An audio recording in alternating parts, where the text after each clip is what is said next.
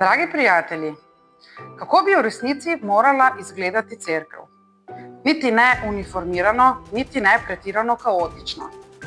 Pravzaprav bi cerkev morala izgledati nekako takole. Vsak od nas ima svoje mišljenje. Vsak od nas ima svoje hobije. Vsak od nas ima svoje misli. Vsak od nas ima svojo službo.